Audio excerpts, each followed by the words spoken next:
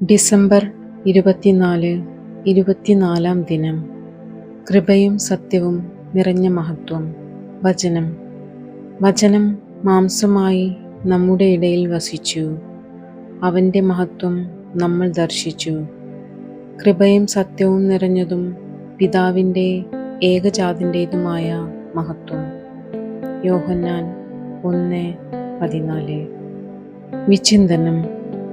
ദൈവപുത്രൻ മനുഷ്യനായി ഭൂമിയിൽ പിറന്ന തലേ ദിവസം നമ്മുടെ ചിന്തകൾ ബത്ലഹേമിലെ പുൽക്കൂട് വരെ എത്തിയിരിക്കുന്നു. കൃപയുടെ വസന്തം തീർക്കാൻ ദൈവപുത്രൻ മനുഷ്യജന്മമെടുത്തിരിക്കുന്നു.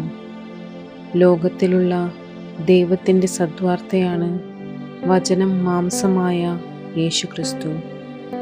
മനുഷ്യനെ സൃഷ്ടിച്ച ദൈവം അവനെ ഓർത്ത് പരിതപിച്ചില്ല എന്നതിൻ്റെ ഏറ്റവും ഉദാത്ത ഉദാഹരണമാണത്. വചനം മാംസമായി മണ്ണിൽ അവതരിച്ചപ്പോൾ മണ്ണിൻ്റെ മനമുള്ള മക്കൾ അനുദിന ജീവിതത്തിലൂടെ വചനമാകുന്ന ദൈവത്തിന് ജീവൻ നൽകുമ്പോൾ നമ്മിലും ഒരു പുതിയ ജീവിതം പിറവിയെടുക്കുന്നു. പ്രാർത്ഥന. സ്നേഹനാഥനായ പിതാവേ, നിന്റെ വചനമായ പുത്രനെ ഞങ്ങൾ വാഴ്ത്തുന്നു, സ്തുതിക്കുന്നു. ഞങ്ങൾക്ക് ജീവൻ നൽകാനായി മണ്ണിൽ പിറന്ന നിന്റെ പ്രിയപുത്രനെ സ്നേഹിക്കാനും അവൻ്റെ വഴികളെ പിന്തുടരാനും ഞങ്ങളെ സഹായിക്കണമേ.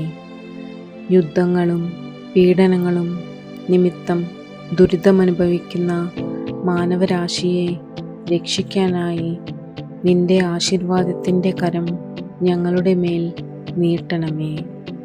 നിത്യം പിതാവും പുത്രനും പരിശുദ്ധാത്മാവുമായ സർവേശ്വര, എന്നേക്കും ആമേൻ. സുകൃത ജപം. പിതാവിൻ്റെ മഹത്വമായ ഉണ്ണീശോയെ, നിന്നെ ഞങ്ങൾ ആരാധിക്കുന്നു. പിതാവിൻ്റെ മഹത്വമായ ഉണ്ണീശോയെ, നിന്നെ ഞങ്ങൾ ആരാധിക്കുന്നു. പിതാവിൻ്റെ മഹത്വമായ ഉണ്ണീശോയെ, നിന്നെ ഞങ്ങൾ ആരാധിക്കുന്നു. ഡിസംബർ 24 ഇരുപത്തിനാലാം ദിനം. കൃപയും സത്യവും നിറഞ്ഞ മഹത്വം. വചനം മാംസമായി നമ്മുടെ ഇടയിൽ വസിച്ചു. അവൻ്റെ മഹത്വം നമ്മൾ ദർശിച്ചു. കൃപയും സത്യവും നിറഞ്ഞതും പിതാവിൻ്റെ ഏകജാതൻ്റേതുമായ മഹത്വം. യോഹന്നാൻ 1:14. വിചിന്തനം. ദൈവപുത്രൻ മനുഷ്യനായി ഭൂമിയിൽ പിറന്ന തലേ ദിവസം നമ്മുടെ ചിന്തകൾ ബത്ലഹേമിലെ പുൽക്കൂട് വരെ എത്തിയിരിക്കുന്നു. കൃപയുടെ വസന്തം തീർക്കാൻ ദൈവപുത്രൻ മനുഷ്യജന്മമെടുത്തിരിക്കുന്നു. ലോകത്തിലുള്ള ദൈവത്തിൻ്റെ സദ്വാർത്തയാണ് വചനം മാംസമായ യേശുക്രിസ്തു. മനുഷ്യനെ സൃഷ്ടിച്ച ദൈവം അവനെ ഓർത്ത് പരിതപിച്ചില്ല എന്നതിൻ്റെ ഏറ്റവും ഉദാത്ത ഉദാഹരണമാണത്.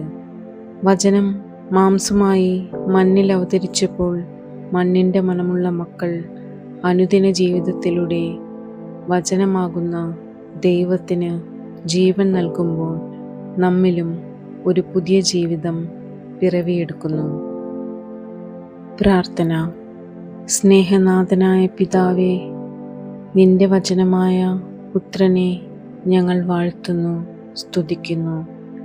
ഞങ്ങൾക്ക് ജീവൻ നൽകാനായി മണ്ണിൽ പിറന്ന നിന്റെ പ്രിയപുത്രനെ സ്നേഹിക്കാനും അവൻ്റെ വഴികളെ പിന്തുടരാനും ഞങ്ങളെ സഹായിക്കണമേ.